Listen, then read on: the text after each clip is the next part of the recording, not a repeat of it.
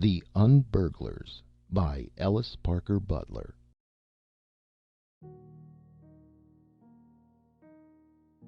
Although Detective Gubb's experience with the oubliette elevator did not lead to the detection of the dynamiters for whom a reward of $5,000 was offered, it resulted in the payment to him of one half of 3 fines of $500 for each of the 3 stores of whiskey he had unearthed. With this money, amounting to $750, Mr. Gubb went to the home of Jonas Medderbrook and paid that gentleman the entire amount. "That there payment," Mr. Gubb said, "deducted from what I owe on to them shares of perfectly worthless gold mine stock."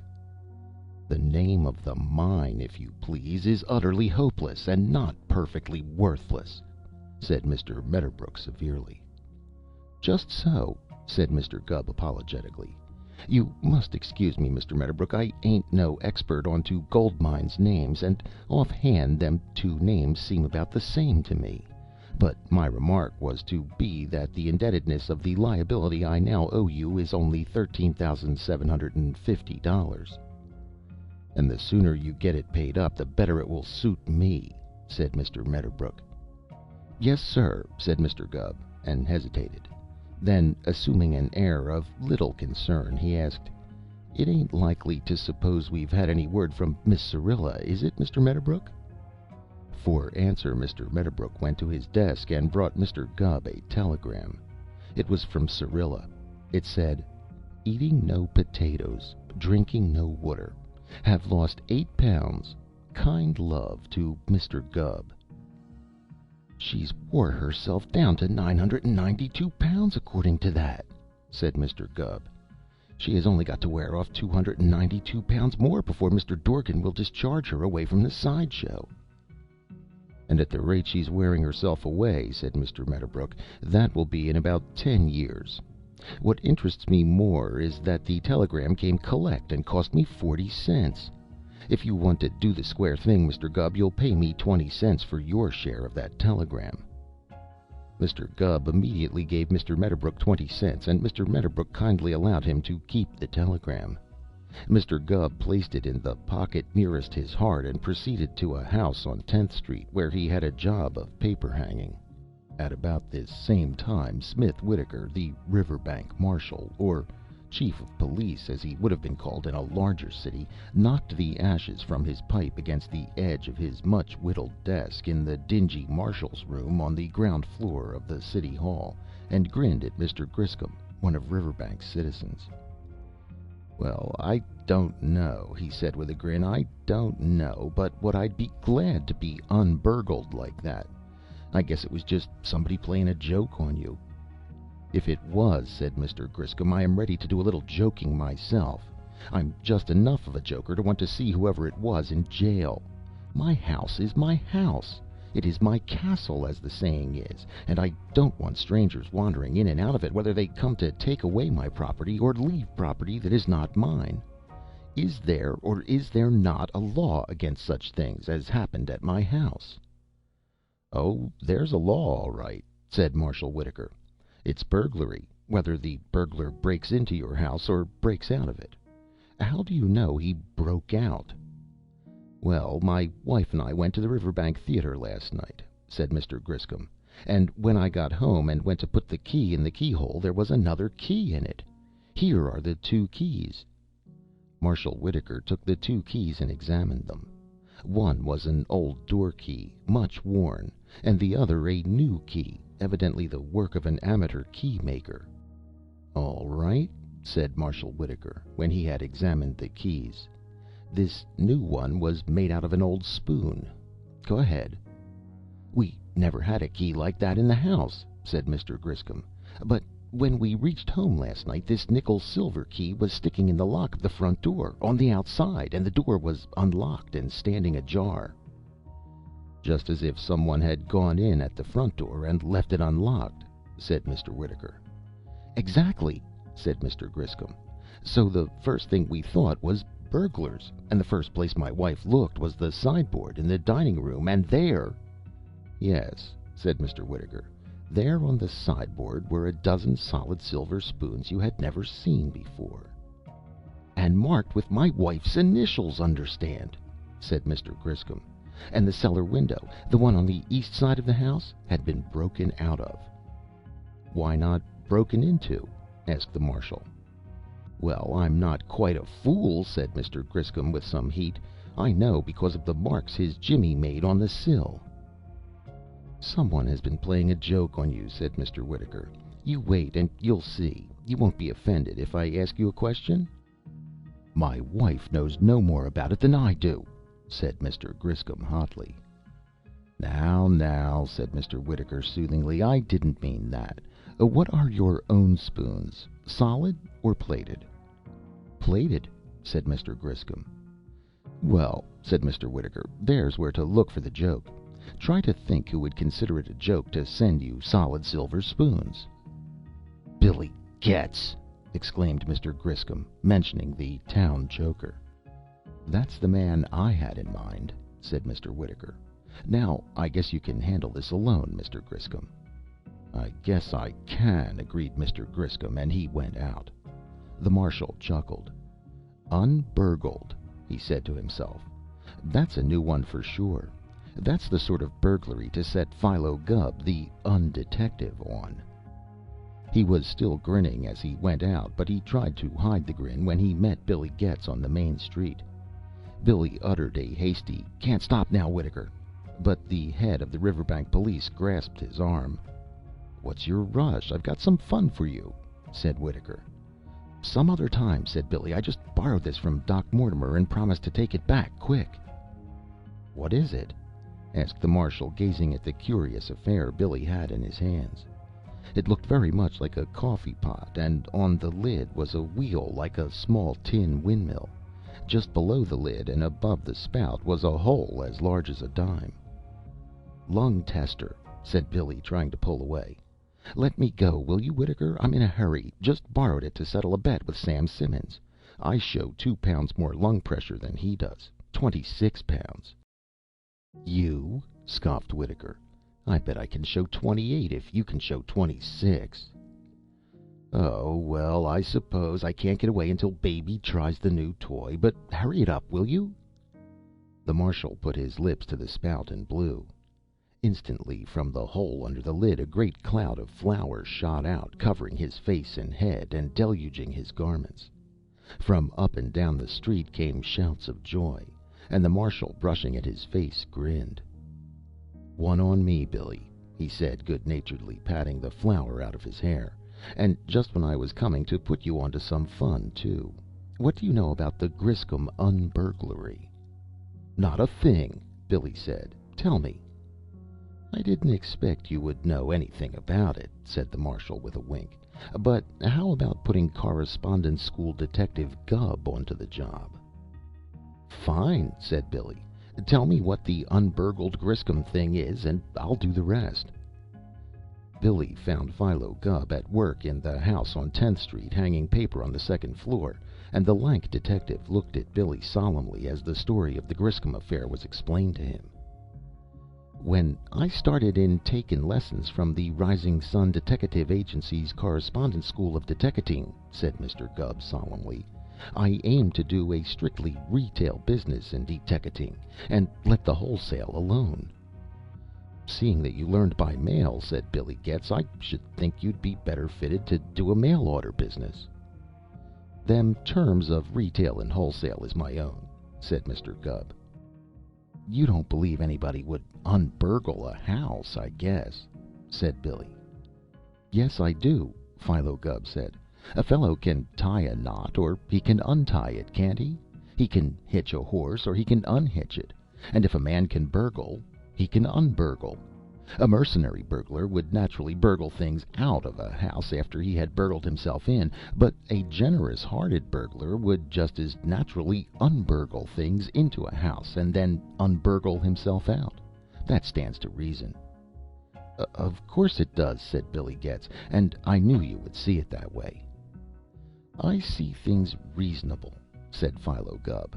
"But I guess I won't take up the case. Unburglin' ain't no common crime. It ain't mentioned in the 12 lessons I got from the Rising Sun Correspondence School. I wouldn't hardly know how to go about catching an un-burglar." "Just do the opposite from what it says to do to catch a burglar," said Billy Getz. "Common sense would tell you that, wouldn't it? But listen, Mr. Gubb, I'd let Whitaker catch his own burglars. The reason I ask you to take this case is because I know you have a good heart." "It's good, but it's hard," said Philo Gubb. "A deteckative has to have a hard heart." "All right. Here is this man un-burgling houses. For all we know, he is honest and upright," said Billy Getz. "He continues un-burgling houses. The habit grows. Each house he un-burgles tempts him to un-burgle two. Each set of spoons he leaves in a house tempts him to leave two sets in the next house, or four sets, or a solid silver punch bowl. In a short time he wipes out his little fortune. He borrows, he begs. At last he steals. In order to un-burgle one house, he burgles another. He leads a dual life, a sort of Jekyll Hyde life." "But what if I caught him?" said Mr. Gubb. "Oh, you won't catch. I mean, we will leave that to you. Frighten him out of the un-burgling habit. I'll tell Marshal Whitaker you will get on the trail." "Yes," said Philo Gubb. "I feel sorry for the feller. Maybe he's lettin' his wife and children suffer for food whilst he un-burgles away his substance." "Then," said Billy Getz, taking up his lung tester, "suppose you stop in at the marshal's office tonight at 8:30. Whitaker will tell you all about it." Philo Gubb waited until Billy was well out of the house, and then he said, "He done it, and I know he done it, and he done it to make a fool out of me, but I guess I owe Billy Getz a scare, and if I can prove that un-burglary onto him, he'll get the scare all right." Detective Gubb, when it was time to go to the marshal's office, pinned his large nickel-plated star on his vest, put 3 false beards in his pocket, and went. The marshal received him cordially. Billy Getz was there. "You understand," said Whitaker, "I have nothing to do with putting you on this case, but I want to ask you to report to me every evening." "I could write out a docket," said Philo Gubb. "That's what them French detectives did always." "Good idea," said Whitaker. "Write out a docket and bring it in every night. Now, I'll go over this Griscom case so you'll understand how to go at it. Here, for instance, is the house." The clock on the marshal's desk marked 10 before they were aware. Billy had arisen from his chair, for he had a poker game waiting for him at the Kidders Club when the telephone bell rang. The marshal drew the phone toward him. "Yes," he said into the telephone. "Yes, this is Marshal Whitaker. Mr. Millbrook?" "Yes." "I know. 765 Locust Avenue. Broken into? What? Oh, broken out of. While you were out at dinner? Yes. Opened the front door with a key? Yes. What kind of key, Mr. Millbrook? Thin nickel silver key? Nothing taken? What's that? Left a dozen solid silver spoons engraved with your wife's initials. I see. And broke out through a cellar window? Yes, I understand. No, it doesn't seem possible, but such things have happened. I'll send... He looked around, but Philo Gubb, who had heard the name and address, was already gone. "I'll attend to it at once," he concluded, and hung up the receiver. He turned to Billy Getz. "Billy," he said severely, "is this another of your jokes?" "Whitaker," said Billy, "I give you my word I had nothing to do with this." "Well, I'll believe you," said Whitaker rather reluctantly. "I thought it was you. Who do you suppose is trying to take the honor of town cut-up from you?" "I can't imagine," said Billy. "Are you going to leave the thing in Gubb's hands?" "That mail-order detective?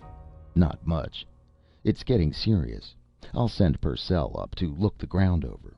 A man can't make nickel-silver keys and break out of houses and leave engraved spoons and forks around without leaving plenty of traces. We'll have the man tomorrow and give him a good scare." Detective Gubb, in the meanwhile, had gone directly to Mr. Millbrook's unburgled house at 765 Locust Avenue. Mr. Millbrook, a short, stout man with a husky voice that gurgled when he was excited, opened the door. I'm Deteckative Gubb of the Rising Sun Deteckative Agency's Correspondence School of Deteckating. Come to see about your unburglary," said Philo Gubb, opening his coat to show his badge. "This is a most peculiar case." "I've never heard anything like it in my life," gurgled Mr. Millbrook. "Didn't take a thing. Left a dozen spoons. Came in at the front door and broke out through the cellar window." "How long have you been married?" asked Mr. Gubb, seating himself on the edge of a chair and drawing out a notebook and pencil. "Married? Married? What's that got to do with it?" asked Mr. Millbrook. 20 years next June, if you want to know." "That makes it a difficult case," said Philo Gubb. "If you was a bride and a groom, it would be easier, but I guess maybe you can tell me the names of some of the folks you've had to dinner." "Dinner?" gurgled Mr. Millbrook. "Dinner? When?" "Since you were married," said Mr. Gubb. "My dear man," exclaimed Mr. Millbrook, "we've had thousands to dinner. Dining out and giving dinners is our favorite amusement. I can't see what you mean. I can't understand you." "Well, you got plated spoons and forks, ain't you?" asked Philo Gubb. "What if we have?" gurgled Mr. Millbrook. "That's our affair, ain't it?" "It's my affair, too," said Detective Gubb. "Mr. Griscom's house was unburgled last night, and he had plated spoons. The unburglar left solid ones on him, like he did on you. Now, I reason inducatively, like Sherlock Holmes, you both got plated spoons. An unburglar leaves you solid ones, so he must have known you had plated ones and needed solid ones. So it must be someone who has had dinner with you." "My dear man," gurgled Mr. Millbrook, "we never have had a plated spoon in this house. Who sent you here, anyway?" "Nobody," said Philo Gubb. "I come of myself." "Well, you can go of yourself," gurgled Mr. Millbrook angrily. "There's the door. Get out." On his way out, Mr. Gubb met Patrolman Purcell coming in. Detective Gubb, outside the house, examined the cellar window as well as he could. There was not a mark to be seen from the outside, but a pansy bed bore the marks of the unburglar's exit. To get out of the cellar, the unburglar had to wiggle himself out of the small window, and had crushed the pansies flat. Detective Gubb felt carefully among the crushed pansies, and his hand found something hard and round. It was the drumstick bone of a chicken's leg. Detective Gubb threw it away. Even an unburglar would not have chosen a chicken's leg bone as a weapon. Evidently Billy Getz had not left any clue in the pansy bed. Philo Gubb had no doubt that Billy was putting up a joke on him. The detective decided that his best method would be to shadow Billy Getz from sundown each day until he caught him unburgling another house, or found something to connect him with the unburglaries. So he went home. It was 11 when he began to undress. It was then he first realized that the knees of his light trousers were damp from kneeling in the pansy bed, and he looked at them ruefully. The knees were stained like Joseph's coat of many colors, and they were his best trousers. He hung them carefully over the back of his chair and went to bed. The next morning he rolled the trousers into a bundle and took them with him on his way to his paper hanging job. On Main Street he stopped at Frank the tailor's. Pants cleaned and pressed, 35 cents. He unrolled the trousers and laid them across the counter. "Can you remove those stains?" he asked. "Oh, sure I could," said Frank. "I make me no troubles by that, Mr. Coop. Just this morning already I did it der same thing. You fall over der wire too, yes?" "Certainly. I expect it was the same wire. Into a flower bed?" "Chess," said Frank. "Like Mr. Westcoat, yes? Cutting across der corner, yes, und didn't see der wire." "That's so," said Detective Gubb. "You don't mean old Mr. Westcoat, do you?" "Sure, yes," said Frank. "He falls by der flower bed in und stains his knees already, just like that. Well, I have me these pants ready by you this evenings. You want them pressed too?" "Press 'em and clean 'em and make 'em nice," said Philo Gubb, and went out. Old John Westcoat! And pansy stains on his trouser knees, was it? The thing seemed impossible. But so did un-burglary, for that matter. Old John Westcote was one of the richest men in Riverbank. He was a retired merchant, and as mean as sin. He was the last man in Riverbank anyone would suspect of leaving spoons and forks in other people's houses. But how did it come that he had pansy stains on the knees of his trousers? Philo Gubb thought of old John Westcote all day, and toward night he hit on a solution. Wedding presents. From what he had heard, old John was, or had been, the sort of man to accept a wedding invitation, go to the reception and eat his fill, and never send the bride so much as a black wire hairpin. And now, grown old, his conscience might be hurting him. He might be in that semi-senile state when restitution becomes a craze, and the ungiven wedding presents might press upon his conscience. It was not at all unlikely that he had chosen the un-burglary method of giving the presents at this late date. The form of the unburgled goods, forks and spoons, and the initials engraved upon them made this more likely. That night Detective Gubb did not report in person or by docket to Marshal Whitaker. At 7 o'clock he was hiding in the hazel brush opposite old John Westcote's lonely house on Pottocks Lane. At 7:15 the old man tottered from his gate and tottered down the lane toward the more thickly settled part of town. Under his arm he carried a small bundle. A bundle wrapped in newspaper. Detective Gubb waited until the old man was well in advance, and then slipped from the hazel brush and followed him, observing all the rules for shadowing and trailing, as taught by the Rising Sun Detective Agency's Correspondence School of Detecting. For 3 hours the old man wandered the streets. Now he walked along Main Street, peering anxiously into the faces of the pedestrians with purblind eyes, and now walking the residence streets. Detective Gubb kept close behind. As 10 o'clock struck from the clock in the high school tower, old John Westcote quickened his steps a little and walked toward the opposite end of the town, where the lumber yards are.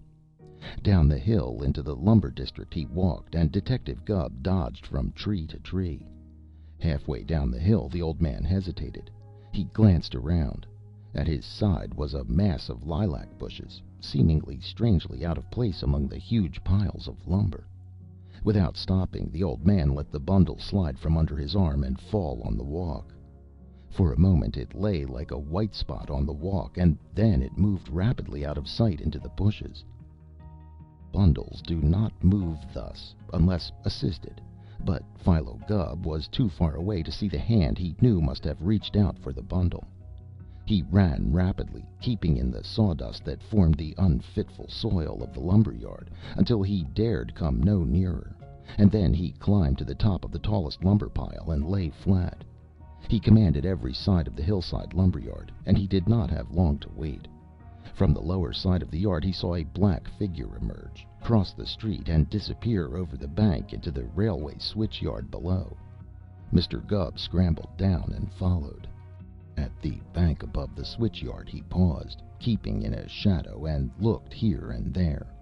Flat cars and box cars stood on the tracks in great numbers, most of them closed and sealed, some partly open. He heard a car door grate as it was closed. He slipped down the bank and crept on his hands and knees. He was halfway down the line of cars when he heard a voice. It came from car 7887, CB&Q. "Run all the breath out of me," said the voice in a wheeze.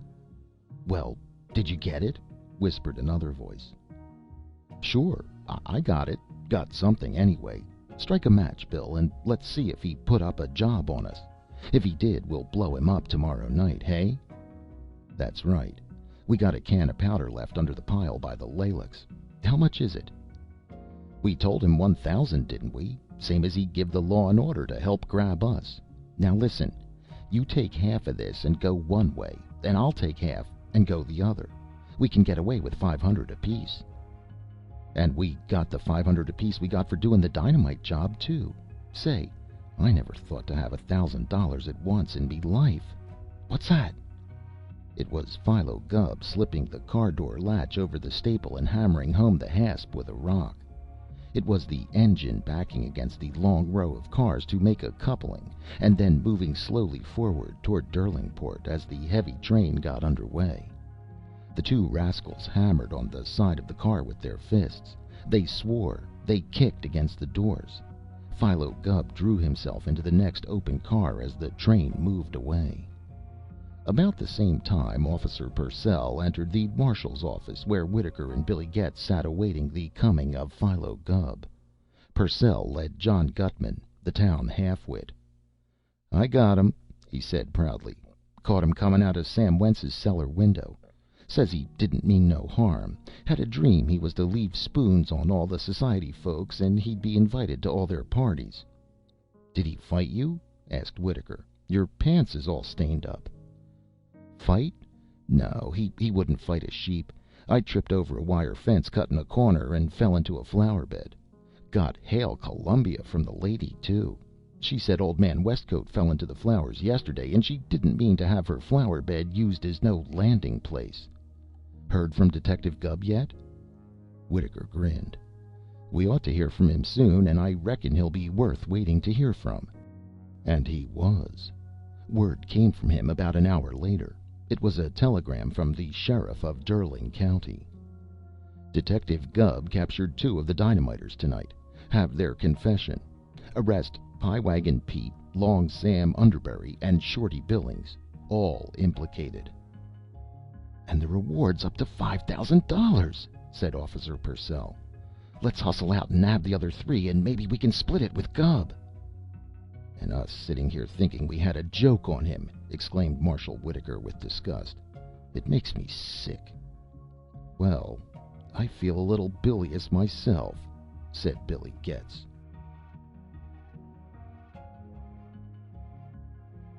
End of The UN-BURGLARS by Ellis Parker Butler.